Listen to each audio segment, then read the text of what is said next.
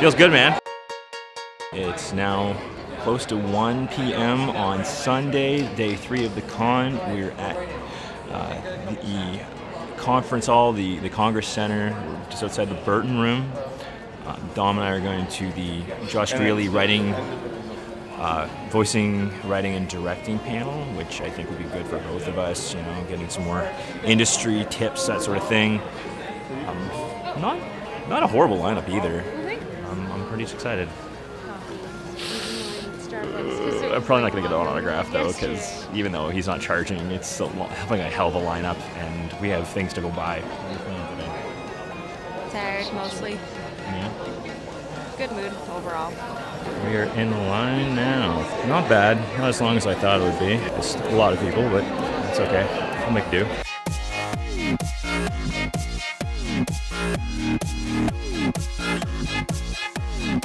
We got a good groove. Thanks so much for coming today, guys. Everybody having fun so far?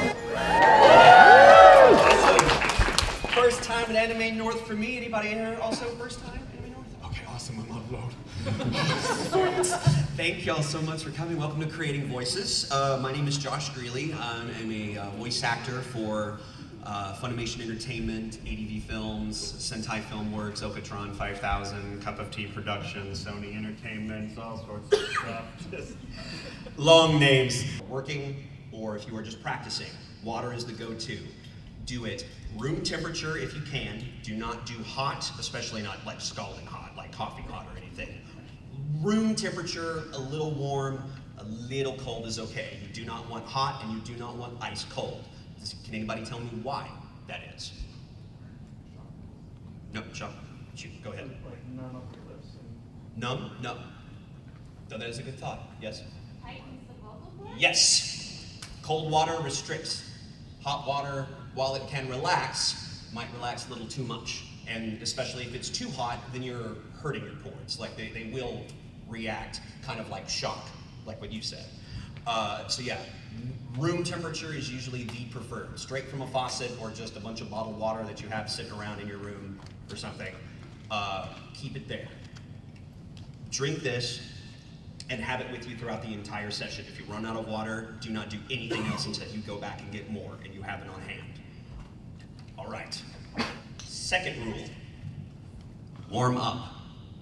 Anybody know some vocal, like anybody ever done anything that requires you to do a vocal warm up before, like singing or choir or anything like that? Okay, cool. So, and I'm assuming like if you've done singing or if you're familiar at all with the concept of vocal warm ups, you've probably heard of the regular one of, you know, doing the bars, doing your musical notes and, you know, through a progression. Da da da da da da da da. Da da da da da da da da da, and stuff like that. You don't actually have to do that for vocal warm-ups, especially when it comes to voice work, because that's not going to warm up the part of your voice that you need to use in order to create voices. There's a very different vocal and technical difference in the way that you use your voice when singing as compared to performing or doing voices. So I'm going to teach you right now my favorite vocal warm-up. Ian Sinclair is a really good friend of mine. You might know him as the voice of Space Dandy. He's also the voice of Whis from Dragon Ball Super and all sorts of other crazy fun stuff. He showed me this, and it's the one that I've used for almost a decade now.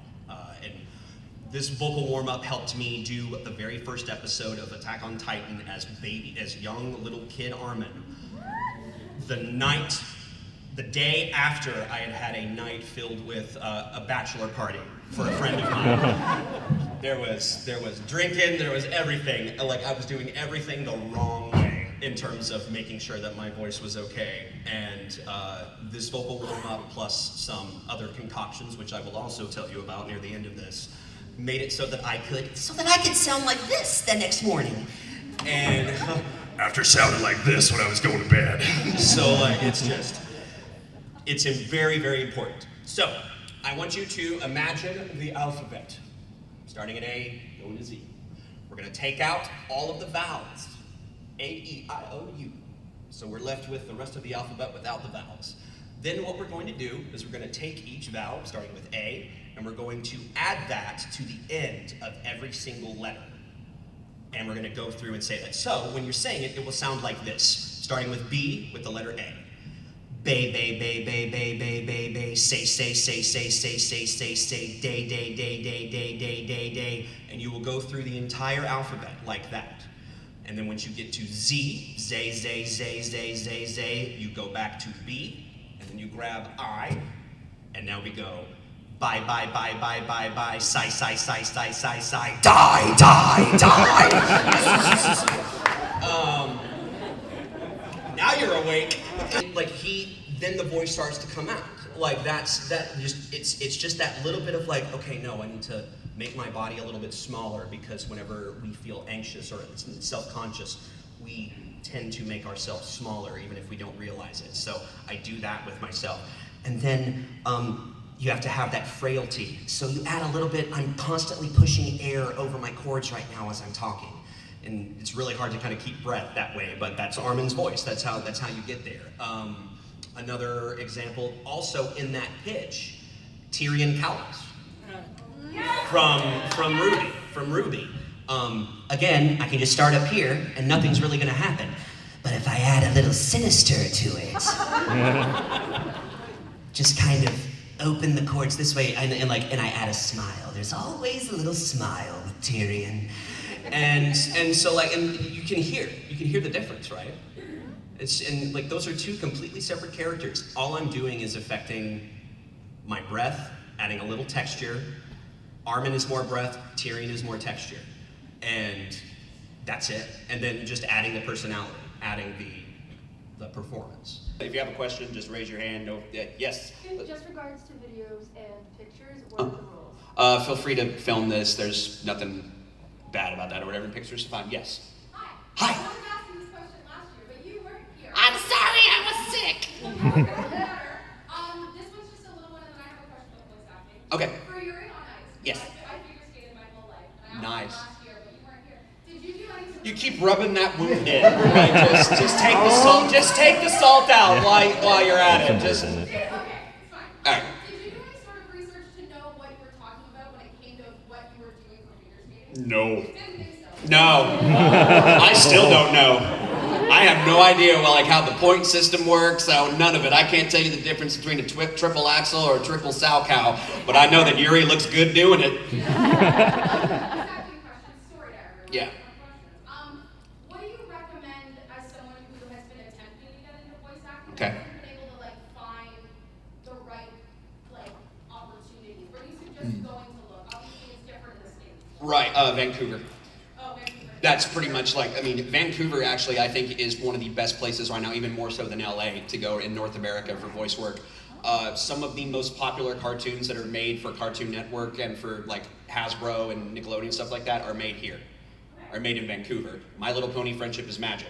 The entirety of that show was made in Vancouver. Most of it was recorded in Vancouver with the exception of one cast member, Tara Strong, who's out of LA.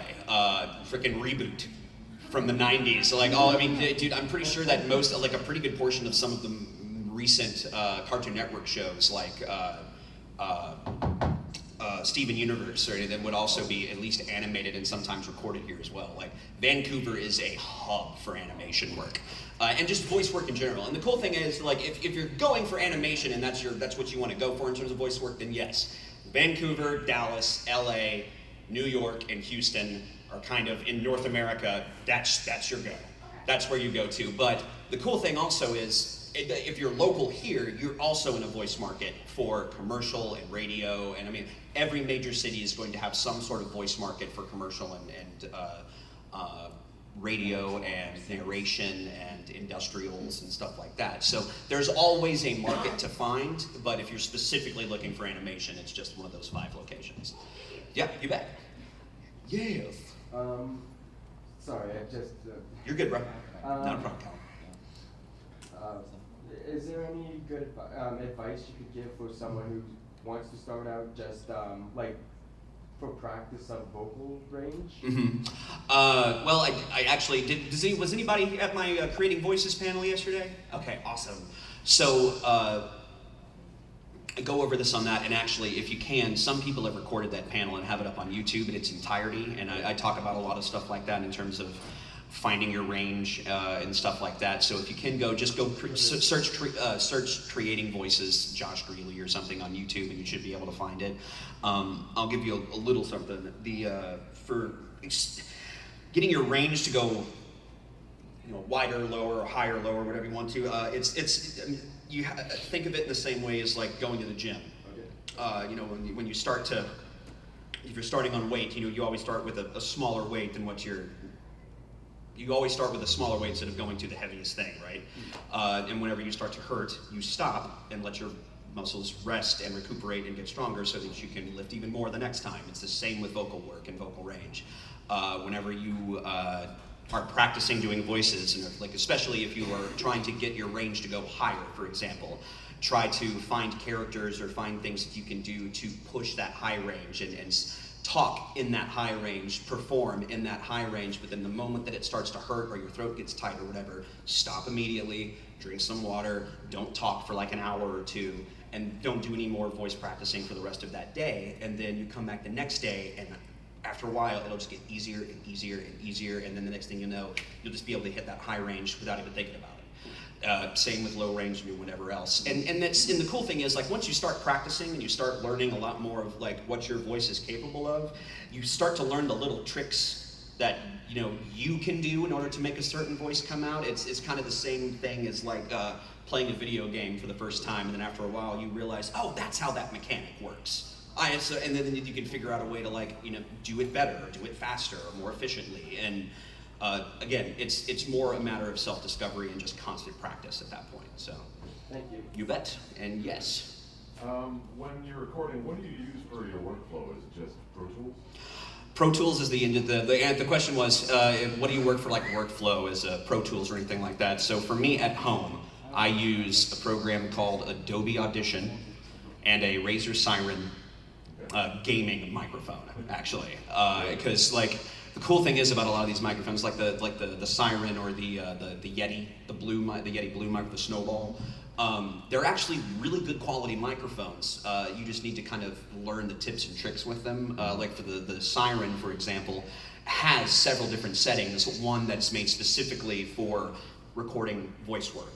That has stuff it has a setting you can use for recording instruments, for recording two-way conversations, but it also has a mono, what's the word I'm looking for, cardioid mic setup where it just captures from this frontal cone in front of you. So if you set up in like just a small office room or into a closet or something, and you've got just some egg crate or anything from Walmart and just put that over the walls or a really thick blanket, it'll work the same as a professional studio. You'll get this exact same quality. What? Do you do a lot of this work at home? I do a lot of work at home, yeah. Actually, you're almost actually, these days you're, with the exception of dubbing anime, you are usually required to have a home setup now. Like if I ever get an audition for my agent for a commercial, it has to be done at home. If I ever get an audition, sometimes actually for anime or video games out of LA, I have to do it at home. I don't fly out there, I don't audition in person. Any commercial is always done at home. Though sometimes they give you the option to come in and audition in person, but it's very rare. Right. And yeah, program-wise, it really, like Pro Tools is the industry standard. It's nice to learn that, but it's not necessary unless you're wanting to do stuff like Source Connect, which I really need to. That was going to be my next question. Do you use that a lot? Or? I actually haven't established myself, I think, to the point where I can use Source Connect, where I bet these people would like to know what it is. Does anybody here not know what Source Connect is? Okay, so basically, does anyone not know what Pro Tools is? Okay, so Pro Tools, essentially, if you ever heard of Audacity, like it's one of those free downloadable, Pro Tools is the mega version, what? No, I haven't heard of it. Okay, you haven't heard of Audacity? Okay, well Audacity is also just a free program you can download, kind of like any of the sounds recording, like the basic sound recording memo thing that you get on an iPhone or something. You just record it, it has a WAV file, you can cut it, paste it, do whatever. But it's not really, it doesn't have a whole lot of tools unless you really know how to use it. Pro Tools is the industry standard program that is used in Hollywood, basically if you work in any sort of entertainment and you need to record audio, Pro Tools is probably what you use. It's just, everybody knows it. It's very easy to go back and forth between the two. It works with a whole lot of other programs and hardware, which is really inconvenient. And it also works with a program called Source Connect, which basically, Source Connect is almost like a high-tech version of a Skype call, where instead of me physically being in LA to record a video game, I can set up a Source Connect session where my Pro Tools is controlled by the studio in LA. And they can, with a live feed from my microphone, direct me, give me the beeps, show me whatever animation is going to be on the screen, and direct it all from just where they are there. The only thing that's required is a solid internet connection. And actually a lot of our characters that are, a lot of our LA actors that are in Attack on Titan, like Lauren Landa, who's here this weekend, for the last, ever since season 2 started, for the last couple of years, anytime we record Attack on Titan, they always record from LA. They're always, they're getting up at like 8 in the morning, 6, 7 in the morning and recording, 2 hours behind our time because we'll have a 10 a.m. session. They got to get up at 7 to get through traffic and stuff, but we get it done. They don't have to worry about flying all the way out to Texas, getting a plane ticket, getting their hotel. They can just do it from home or do it from a studio that has it set up. And it's actually not that expensive overall to set that same setup in your home, to create a decent home studio. And that actually, if you know what you're doing, you can get a lot of good work doing that. Yes? What was the name of the headset that you mentioned earlier? It's a gaming microphone. It's called the Razer Siren. I also highly recommend the Yeti Blue, especially if you use Mac as opposed to PC. If you use a PC, I would recommend the Razer Siren. I've had technical issues with the Blue. Any other questions? Yes? Out of all the lines that you've gotten to say throughout your career, which one was your favorite? Out of all the lines I've gotten to say in my career, what was my favorite? Let's think of one that's age appropriate. Let's see. Let's see.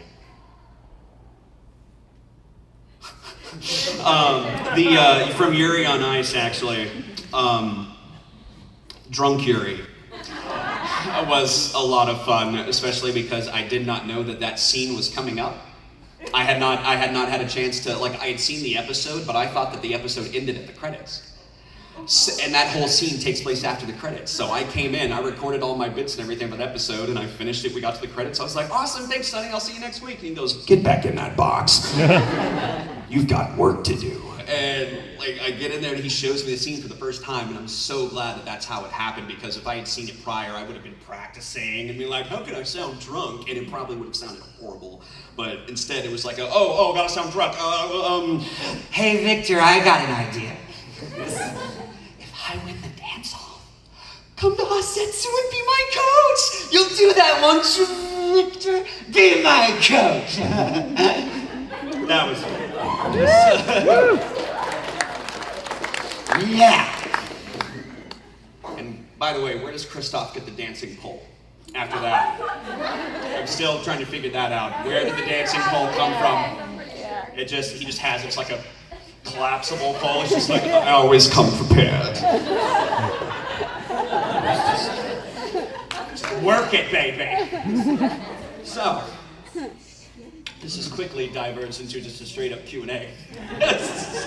We can continue like this if you want, or I can also talk about the industry and the creative process. Anybody actually interested in learning about what goes into writing the anime, dubbing it, the directing and everything? All right, cool. So I will just kind of start with a basic, from the very beginning of the process of what it takes, what everything that kind of goes into buying it up to releasing a dubbed anime. And if at any point you want to have a question about something that I'm talking about, just shoot your hand up and I'll call on you.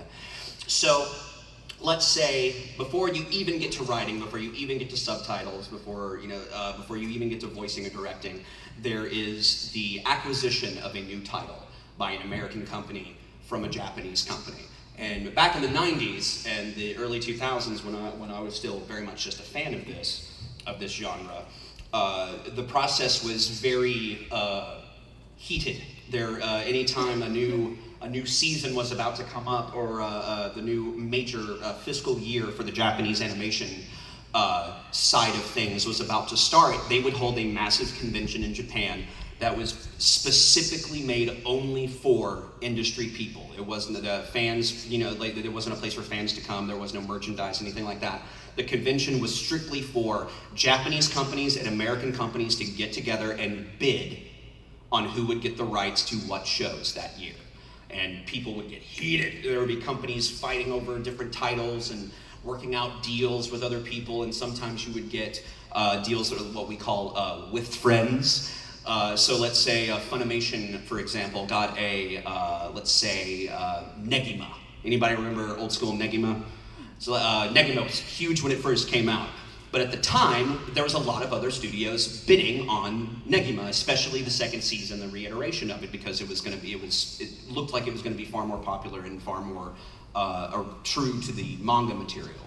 And a lot of other people were bidding on it, and so Funimation then was offered, they said, okay, hey, we're willing to give you this for you to dub it, but you also have to take these 5 to 10 other titles that we made that did not do well here in Japan and try to and dub them and release them in the States, and so that they could try to capitalize and make the most, get the most return they can on their products.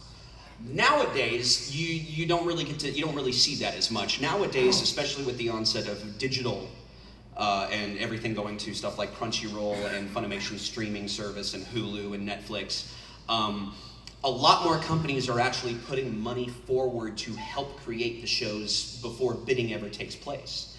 So instead, you have like, and in fact, Full Metal Alchemist Brotherhood would never have happened had Funimation not fronted the money for it.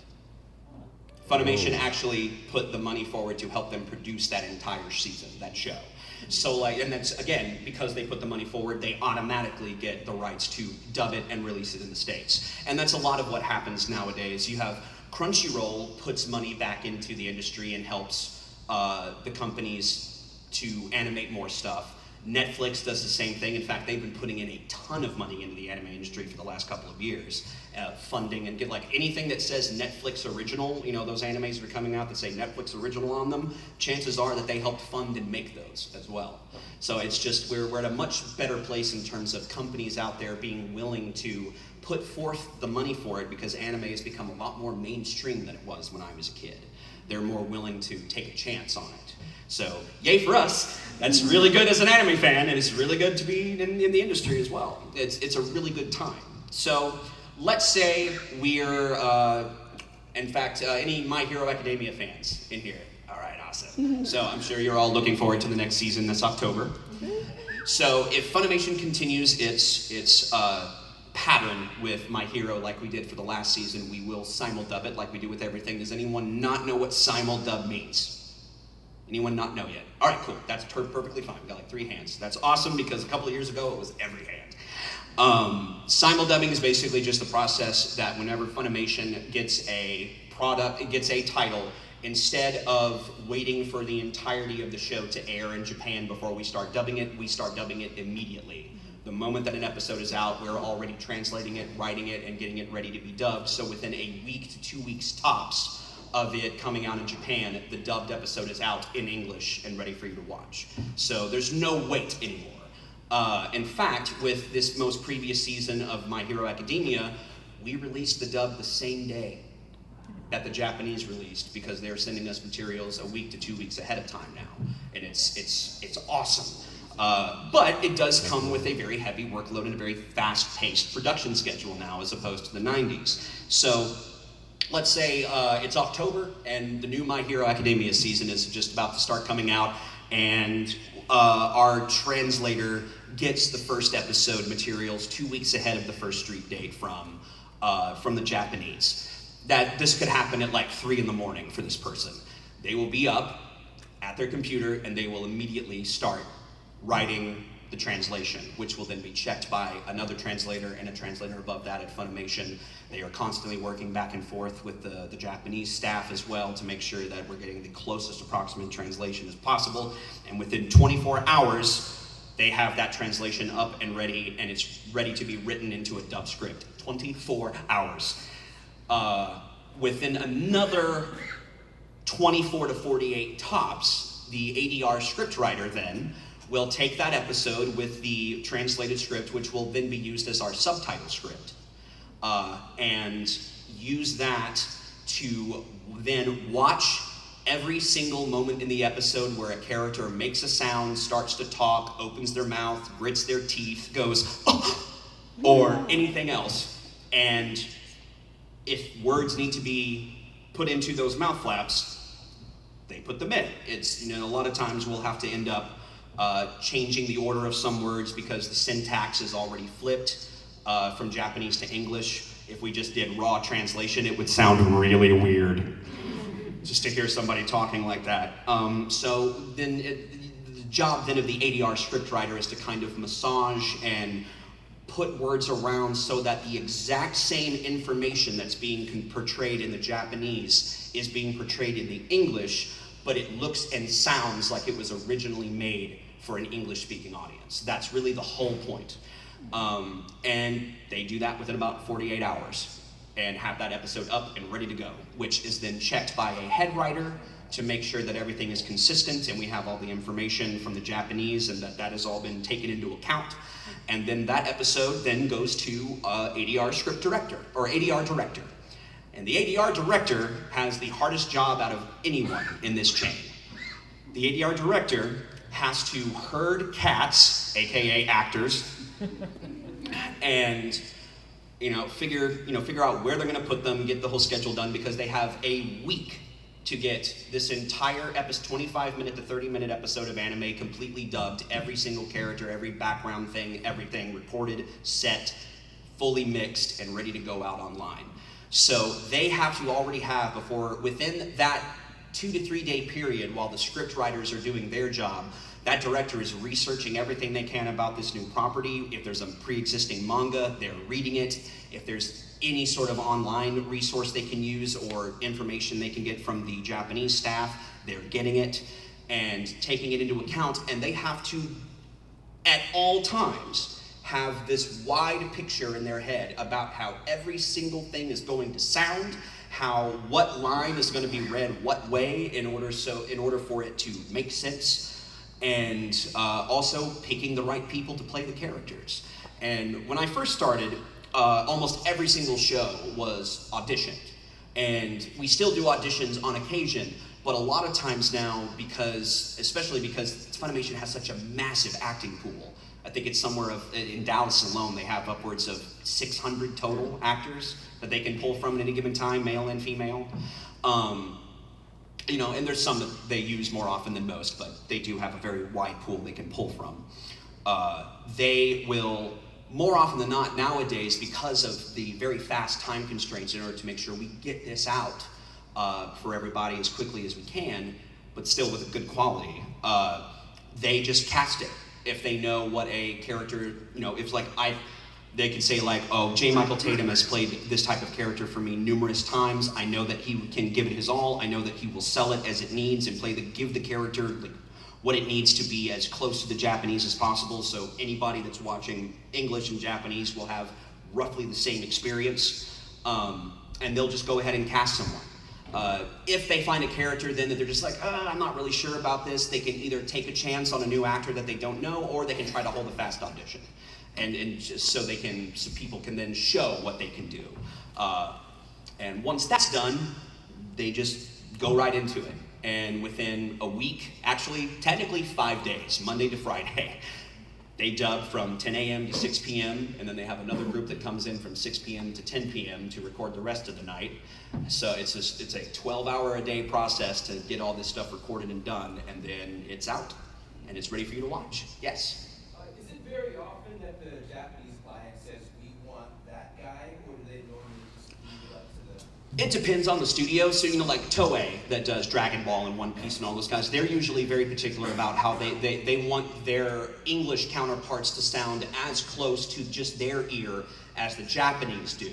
So, for example, when I was auditioning for the role of the Grand Priest in Dragon Ball Super, after I did my first little bit of recording, I had to wait a month for them to send the files to Japan, let people at Toei listen to it and make sure that they were happy with my rendition if I sounded close enough to the Japanese seiyuu, that they were happy with it, and that was a very long month for me, let me tell you. But finally, they got back to me, and then they said, yes, we like this, we think it sounds good, you can go ahead with Josh as the Grand Priest, and now that's my character. And I probably, knowing Toei, it will not change until I'm either dead or whatever. I'm that role for as long as it exists, and it's because they're so in tune with their own product. You know what I mean? Sometimes though, but that I would say that at least in my experience, that's very rare. Mostly, especially where Funimation is concerned, the Japanese clients that they work for tend to trust them. Like they've developed a very solid reputation in Japan for putting out quality products and quality dubs. So they tend to just kind of let them do their thing. And if there's an issue later down the road, then they'll bring something up. Yeah, usually they're fairly hands-off, but that's not the same for every studio. And depending again on the project, ADV Films a long time ago used to be the one studio for some reason in the States that the people behind Starship Troopers and Halo, when they asked for some animation companies in Japan to make some anime renditions of their properties, they would only go and work with ADV Films in Houston. But that was one of the most stressful recording processes of anyone's lives because we constantly had 3 representatives from Japan in the room with us for every session. And it is, you have not felt intimidated until you have had 3 people, Japanese businessmen in those badass suits just staring at you like whatever comes out of your mouth is either going to save your life or end your life. That is, you pucker up real quick. And especially because like after every single take, they'll turn the mic off and you'll just see them.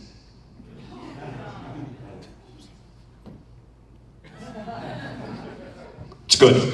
Oh, thank God. Oh. So, yeah, it's stressful. But yeah, depending on the show, depending on the studio, they'll have different relationships and different methods of working with the clients, or the clients might expect a little bit more control or a little more say in the overall thing. For example, when I wrote scripts for JoJo's Bizarre Adventure, Stardust Crusaders, I had constantly had one of the Japanese people checking every single script that I did. Unfortunately, I think the person that they had did not understand the process of dubbing, because they kept asking me to give the lines shorter, like exactly how they were put in the manga. And I was like, I'm down for that, but the manga translation is 3 words and there's 20 flaps. I can't just magically make that fit. And I don't think that anyone actually explained to them what the problem was or what the process was, because they just kept saying, no, it has to be exactly like the manga. And then the directors got mad at me because they were like, why is this thing 20 flaps short? Like, why didn't you write more? And I was just like, does the right hand not know what the left hand's doing here? Like, I'm just like, please, I'm just trying to make anime. Like, I just want to make anime and make it good. But yeah, no, there's constantly like the little bitty things like that can crop up, because of course you're working with the language barrier, and there's going to be issues like that, especially in a creative industry. But thankfully, it's very few and far between. Yes. I just wanted to ask a question about what the writing process Yes. is in terms of like learning how to write for film or TV or whatever. Did you like do any classes, or was it like a self-taught thing? They taught me specifically. They kind of have ADV Films and Funimation Entertainment. Like the process of ADR scripting is kind of the same across all industries. You know, whether you're bringing over an anime to dub, or you're redubbing over. You know, like if you watch like late night TV or something, and you're watching a movie you've seen 1,000 times, but like there's a one scene where all of a sudden the line is changed and it sounds like someone who's not that actor dubbed over that person's line or whatever. That requires ADR script writing, ADR scripts, stuff like that. It's the same, you know, across the whole industry. So I learned how to do ADR scripting. And I grew up as not only as an actor, but just as a creative. I studied writing, I studied art, I studied theater, as you know, all while I was growing up. So I already had those tools. I just needed to learn the ADR language, basically. So once I learned that, which, to give you an example, it's like whenever you're doing an episode of Dragon Ball, for example, whenever there's a massive fight scene. The script for the actor as they come in, so if Sean Schimmel as Goku is coming in to record this fight scene, he's not just going to watch the animation and just react to the picture, because chances are he won't remember, especially with these long bouts of animation, he's not going to remember exactly every single facial expression and stuff he's supposed to make. So we'll have code, basically, in the script where it's a time code to signify where in the episode this particular fight reaction starts. And then we'll say something like, open bracket, OM, power up, close bracket. The OM stands for open mouth. And then we have CM, power up, or CT, punch, CT, hit, or kicked, or anything like that. And they just follow along this code and constantly looking back and forth between script, image, and use that as a guideline so that they don't have to remember exactly where every single reaction is. They'll know at this second I clench my teeth and act like I'm hit. And that's how the process pretty much goes. Okay. For scripting, there was another part to your question, wasn't there? Like for the script work, or did I answer it? No, it's fine. That was it? Okay. Yes. And then you. I hope it's alright that I asked this. It's a bit off topic. Okay. You know how in certain shows when at the very beginning it might recap a bit of... Most of the time it's just an easy copy and paste, but sometimes we have to match whatever they did. Thank you for answering that. You bet, yes. If time and money were not a factor, how would you improve the product, the end product that is released? Put me on the spot, man. If time and money were not a factor, how would I improve it?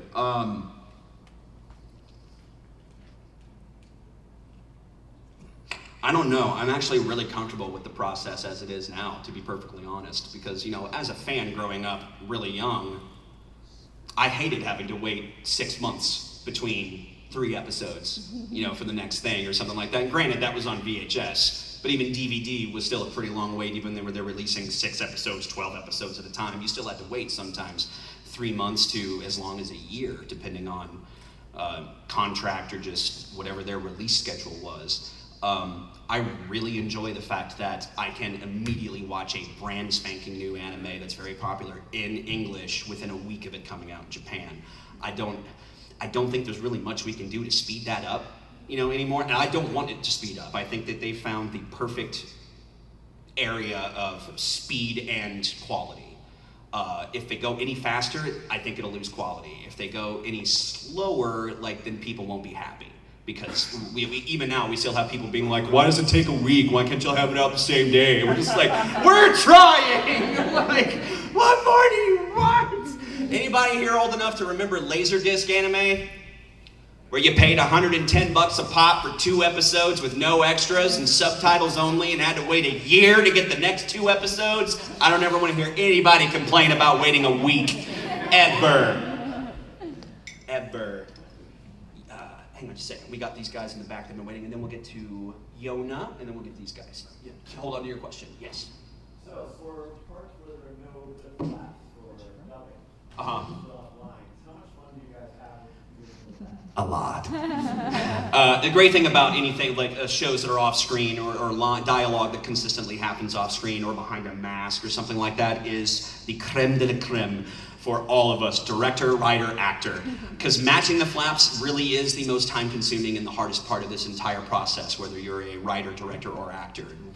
Fitting this dialogue into the mouth flaps to make it look as if it was originally animated for an English-speaking audience takes forever. In fact, I would say some of the people that work the most in this industry, like me, are those that can do it very fast and efficiently because of how fast we have to get this stuff done. But we have to make it look good. Sorry, I completely went off on a tangent. What was your question? It's like, so do we have fun?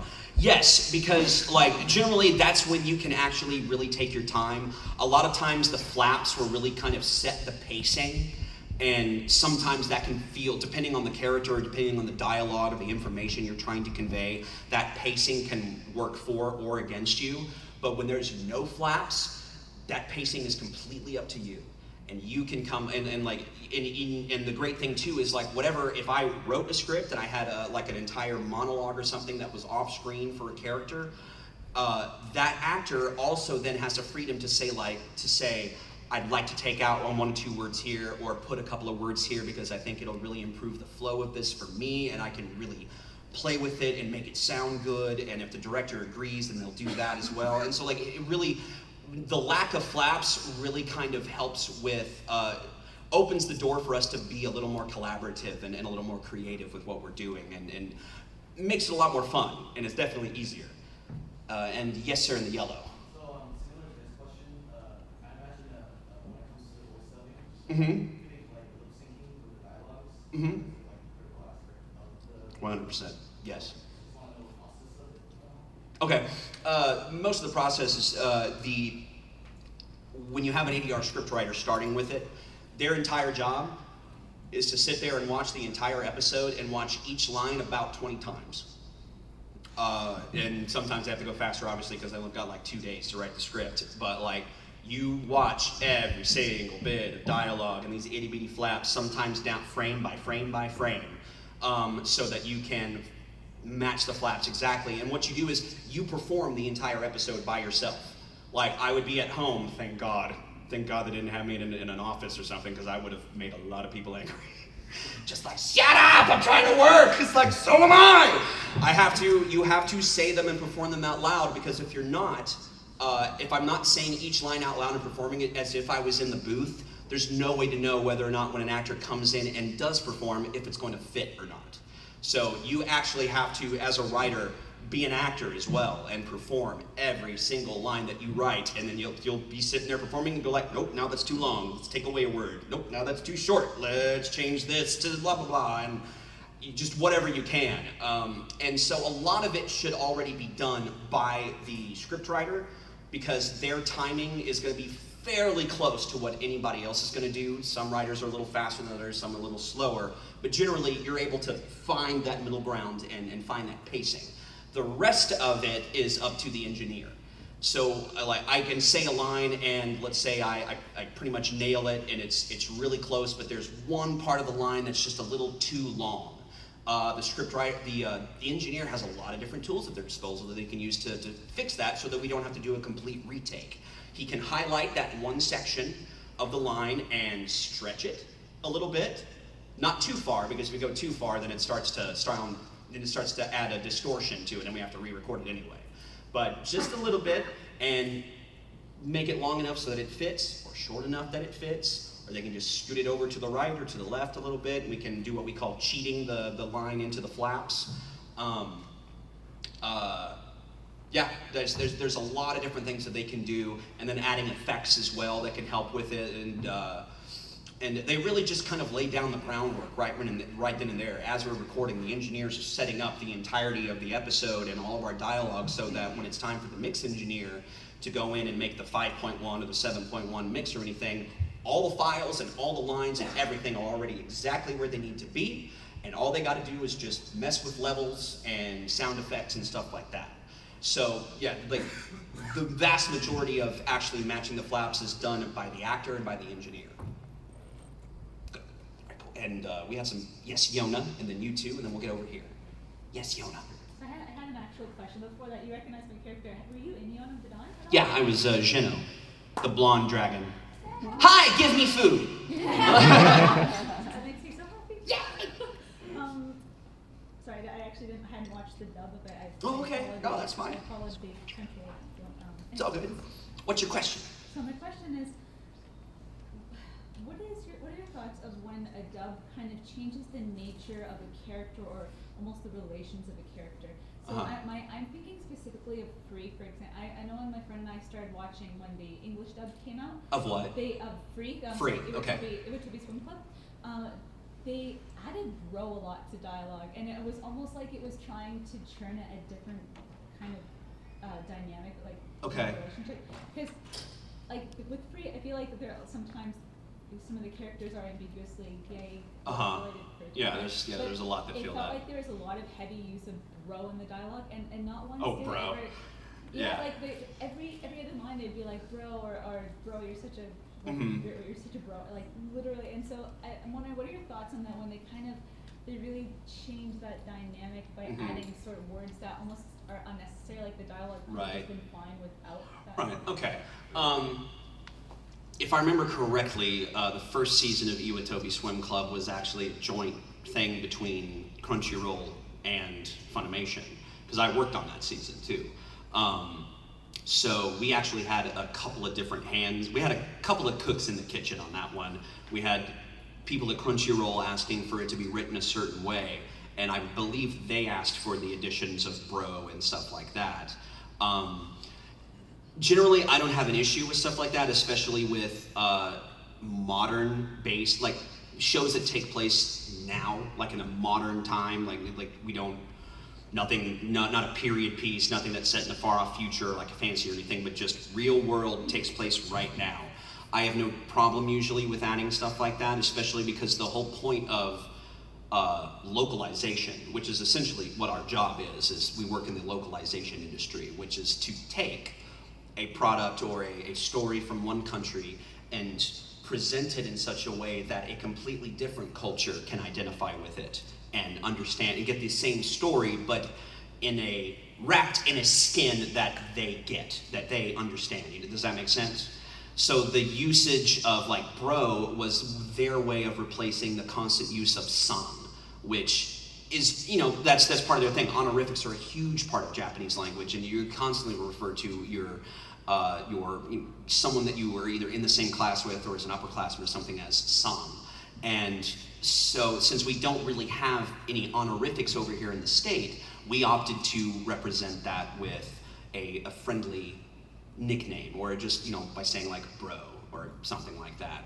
We do the same thing with dialects whenever we do shows like Italia or Black Butler or anything, because if you come from an English speaking, like if you are a native English speaker, Japanese don't hear dialects the way we hear dialects. And the reason why they don't hear a dialect is because very often they don't hear people from other countries trying to speak their language.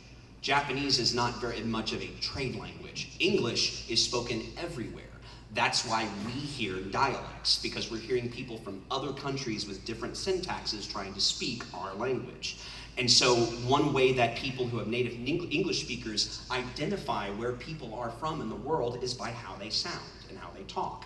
And in Japanese, you're not going to hear that because they don't hear that. They're just creating a story in Japanese with their language. And sometimes they'll bring in characters from like England or China or France or something like that. And they will have different personalities that the Japanese associate with those countries. Like French people, and whenever you see a French person represented in Japanese, they're always very musical with the way that they talk. Americans are always very loud, and yeah, it's true. And stuff like that, but they don't hear dialects. We do. And so if we're going to properly localize something so that people can know, if for an English-speaking person to know immediately that person's from this country, we give them a dialect. And it's the same thought process behind adding stuff like bro or modern jokes to a show, especially if the show takes place in modern times. We'll use modern slang and modern jokes and euphemisms and stuff like that. Does that all make sense? Does that answer your question? Thank you very much. All right, cool. Yes. Then I'll get over to you. There was something I was never quite clear on with regards to union status versus non-union status. Okay. Are most anime cartoons union or non-union? Non-union. All right, great. They're almost always non-union. There's actually a really big thing that I don't know, it might change in the future because the industry's always changing, and very recently anime has become such a big thing in America. Like with the fact that Sony Entertainment is now the owner of Funimation Entertainment, and the fact that I'm pretty sure Warner Brothers now has a thing with Crunchyroll. Like they technically, Time Warner owns Crunchyroll now. It's like anime is no longer just a niche thing. We have now reached a small form of mainstream, so it's starting to change. There is a very big chance that potentially anime will go more towards SAG. But right now, especially in Texas, because Texas is what we call a right-to-work state, there is no union. Everything that I do is just considered contract. I am self-employed, and I have to deal with all of that, everything that comes with being self-employed. I don't have union representation of any kind, though that could change. Thank you very much. Yes, you guys had a question. Yeah, what's the toughest embargo you've had to work with? Some information you have to keep to yourself for an episode that you're really excited for, that you just wanted everybody to see. You just want everybody to see it. The question was, if you couldn't hear, is what's the hardest secret or embargo that I've ever had to keep, something that I really wanted people to see, but I had to keep my mouth shut about it. Actually, it's very recent. It's this current season of Attack on Titan. There's a part coming up specifically with my character that I had spoiled for me about 3 years ago, and I have been desperately waiting for this moment to happen, and it's coming now. So, those of you who have not read the manga but have been waiting, strap in. It's going to be a rough ride. It's going to be rough. But yeah, absolutely. And usually anything surrounding Titan has always been those things that were just we can't talk about it, and it sucks. Yes? I had almost a follow-up to Yoda's question. Okay. In the script writing process, when it comes in from Japan and you get essentially the subs, okay? Why is it a lot? Yeah. I would say almost 60% of the time, if you watch a sub version and a dubbed version, the dubbed version, the lip flap is there, and they can use it takes up the same space, but they use a different word that almost changes the depth of the feeling. Okay. Now, to give you an example, and someone's probably going to correct me, I'm going to get this wrong. Okay.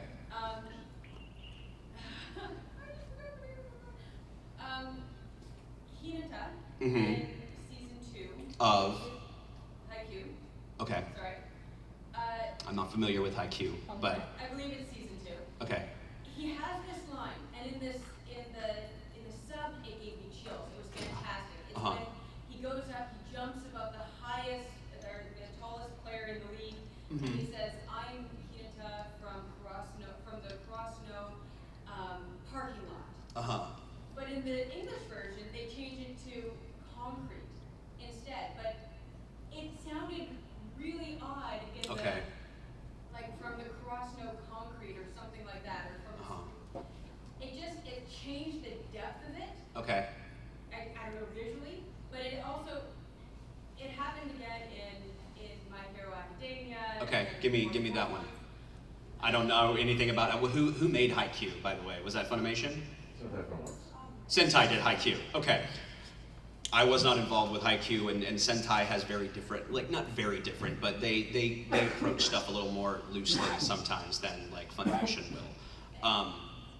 Say it again. But you as the script writer, because you've been there. Yeah. You have the translation come in. Yeah. Right? You get essentially the subs that Yeah. we're going to see. Yeah. And it gets changed to essentially, I would hope, to be more relatable to an English-speaking audience. But at the same time, there's context within the Japanese version that I feel that sometimes the emotion or the depth of it gets taken out. Okay. You know what I mean? Yeah, I get what you mean. For me, for example, there's been plenty of times where, and there is one thing that, before I answer that actually, that you need to understand about subtitles and the subtitle scripts and translation. The subtitle script that if you ever have watched a subtitle, it's already a truncated, you're not actually getting the translation. No subtitle that you've ever watched has ever actually been the direct translation of anything. And here's why. In the States, especially, but in North America, but mostly the States, we have a very specific set of rules that we have to follow in order to put subtitles onto a DVD disc or VHS or anything, and by extension, online. Subtitles can only take up a certain number of characters on screen at any given point, so roughly the size of an old school tweet, about 120 characters. They can't take up any more than that. They must be either white or yellow, because that is easily seen against most backgrounds, and colorblind people can see it as well. The main reason for it, because of those restrictions, because of stuff like that, we cannot almost ever give the exact full translation on screen of what a line is actually saying, because there's usually a lot more information there. So usually what happens with the dub is it's actually our job and our chance then to kind of untruncate it and put some of that meaning and some of those emphasis back into the show because they're lost. Because instead of giving like an entire monologue that something like a character might be giving, I mean, I'm sure you've watched plenty of scenes in an anime where it seems like a character is just saying this, like having this soliloquy basically, but the translation is like 2 lines. And it's like, the reason is because they're actually saying a lot more. There's a lot more nuance and meaning to the stuff they're saying, but because we are limited in how much information text-wise we can have on screen at any given time, we have to truncate it down to the most literal basic information of what's being said. So you actually end up losing more than you gain. And then it's our job when we're dubbing it to try and bring some of that nuance back into it. For what you're talking about, that kind of situation, I can't speak for Sentai in terms of HYUK, but I can speak to stuff like My Hero Academia. There's actually an instance where this happened for my character, Tokoyami. If anybody remember the episode, the training camp that they do outside in the woods, and just before, Tokoyami's throughout the whole episode is constantly saying, "Revelry in the dark." And why is he saying that? And in the original translation, like the full translation was Mad Banquet of Darkness, which sounds badass, but one issue, it didn't fit the flaps. So instead, what we went with was Revelry in the Dark, which a revelry, loosely defined, or even if you look it up in the dictionary, revelry is described as a wild party or banquet. Mad Banquet of Darkness, Revelry in the Dark. It's literally the exact same thing. It just happens to fit the flaps a little more. I would kind of argue that saying that someone was of the parking lot instead saying of the concrete is also relatively the same thing. Because parking lots are usually made of concrete. And I feel like what he's trying to say is more of like, I am of this existence, like anything that has to do with the concrete is my domain. And that's at least one way you can say it, but again, I don't know HYUK, so I can't really speak to it all that much. Yes? Context-wise, he was like talking down about this school, and it was some kind of like side comment. He was, and I'm pretty sure the original, I think the sub was actually there for like less than concrete or something, like they're from concrete, and so it might have been I haven't seen the part yet, but it might be the opposite, because parking lot sounds kind of random. Yeah, and it's like they're the right, but he's of the concrete. So he's like, my name is Hinata, and I'm from the concrete. Like, I'm from the city. And he's like a short guy talking up to a big guy, and he was like glaring him down. So Yeah. it was that kind of context. It's a really badass moment, really. That to say I'm from the parking lot is kind of like. Gotcha. It's not the same as like concrete, which is I guess a material opposed to an actual location. An actual location, right? And so I mean, a lot of times that's going to come down to, I think, again, personal interpretation, and also there could very easily have been a communication in the background between the writer, the script writer, and someone on the Japanese staff about exactly what that was supposed to mean. And it's very possible that parking lot was a mistranslation and that it in fact was supposed to say concrete. Because a lot of times we'll just have words that Japanese will say one thing, but it could mean 1 or 2 other things in our language. So we kind of have to play it by ear, and a lot of times having conversations with the Japanese staff or the creators really helps us to kind of narrow that down. But even then, with those conversations and with translators, you don't always get an exact one-to-one translation. There's always going to be a little bit of something lost, and it's unfortunate, but there's not really much we can do about that. So our best tool then in those situations is to just stick to the original intention of what the Japanese were trying to do. And I'll give you an example of that as well. Jokes. Anytime that Japanese handle jokes, especially so much of their humor is layered in puns.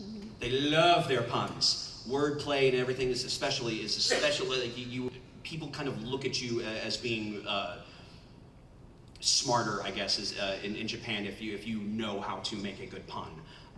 There is absolutely zero translation for a Japanese pun that works as a pun in English. It just doesn't exist. So a lot of times then, if we're in a situation where we have this, especially like a show that is nothing but puns, we have a decision to make. Do we do exactly straight translation, raw translation, as close to that as we possibly can, dub it that way, with the syntax unflipped and with, you know, everything written exactly as it was, and then maybe 1 out of every 100 people in the United States that watch that will get every single joke because they know Japanese, they know the culture, they know the different regional dialects, the different celebrities, the different pop cultures, everything. Like, be able to have all that information in order to get those jokes. Or do we broaden the joke to something that all 100 people in the States that watch that will get? For example, there was a show we did a few, way back in like 2007 called The Wallflower. And there's a joke, there's a scene at one point where one of the young male characters is very passionately eating a popsicle. And in the Japanese, he's humming the jingle for a very popular Japanese ice cream that's only in one particular region of Japan. And again, so we're at the point now where do we just redub and have our actor do that jingle that maybe 1 out of 100 people in the States would understand that reference, or do we change it to be something that's more inclusive? So instead, we had the character hum the Klondike Bar song while he's eating the popsicle, and it's the exact same joke, just in a context that more people would get for the localization. Does that make sense? So yeah, that's usually the type of stuff that we're trying to do and the issues that we're working with. And unfortunately, sometimes little things slip through the cracks. So the concrete and slash parking lot thing could have just been a mistake on our part. It could have been a mistake at translation. Or it could have been it could actually, the saying concrete instead of parking lot could actually have been a fix to make it more in line with it. Unless I actually, you know, research HYUK and talk to the Sentai folks, I couldn't give you a definite answer, and I'm sorry about that, but that's just my thoughts on it. Who with a hand up has not asked a question yet? Okay, you, and then we'll get all 4 of you. And then we'll get back to you. Yes? My question's off topic. Okay. What's your favorite line that you said as Kuranosuke from Princess Jellyfish? She's asking what my favorite line to say as Kuranosuke from Princess Jellyfish was. Did anybody ever see Princess Jellyfish? Okay, a couple people, that's cool, yeah. One of my favorites. Kura, really I think my favorite thing with anything with Kura is whenever he's messing with his brother, Shu. So like Ian Sinclair who plays Shu, he's one of my best friends, he used to be my roommate while we were recording this show, so we had a lot of fun with that. He's constantly messing with his brother, trying to get him to go out with Tsukimi. And I think my favorite, he was just like, by the way, bro, she's a virgin. It's just like, you just see him like, what? And he just loses it. I'm just like, Kura, you are such a dork. I love him. And also just any time that he gets like all up in arms about fashion, and especially what he's wearing, like, he shows up to the house one day and he's just causing all sorts of mayhem for Tsukimi, and not really paying attention to the stuff that she's trying to do, and she's wanting him to leave, but he's just like, oh no, I love this place. And she's like, by the way, what is that you're wearing anyway? And he just suddenly snaps out of whatever funk he's in and goes, oh, this is 20s Lolita. No, like, this is French Lolita meets 20s flapper. And he just does his hair or whatever, and then she's just like, oh, great. Yeah, he's a dork. I love him. Yes, sir. You said that you were trained in directing, but never actually got directing credit or applied. Right. Do you have any experience from either looking at other directors or from what they told you? Hang on just 1 second, because I need to check. This was supposed to just go till 2, correct? I know that the other panel started late. Are we actually at time now? Or, okay. Do I need to just stop now, or can we go over a little bit more? Or is there a panel? Aaron, do you have a panel in here? Oh, okay, sorry, man. All right, cool. Actually, we should stop now. I'm so sorry, I wasn't paying attention to time. Thank you guys so much. I hope you learned something, and thank you so much for the great questions. Have a good weekend. Enjoy the rest of today.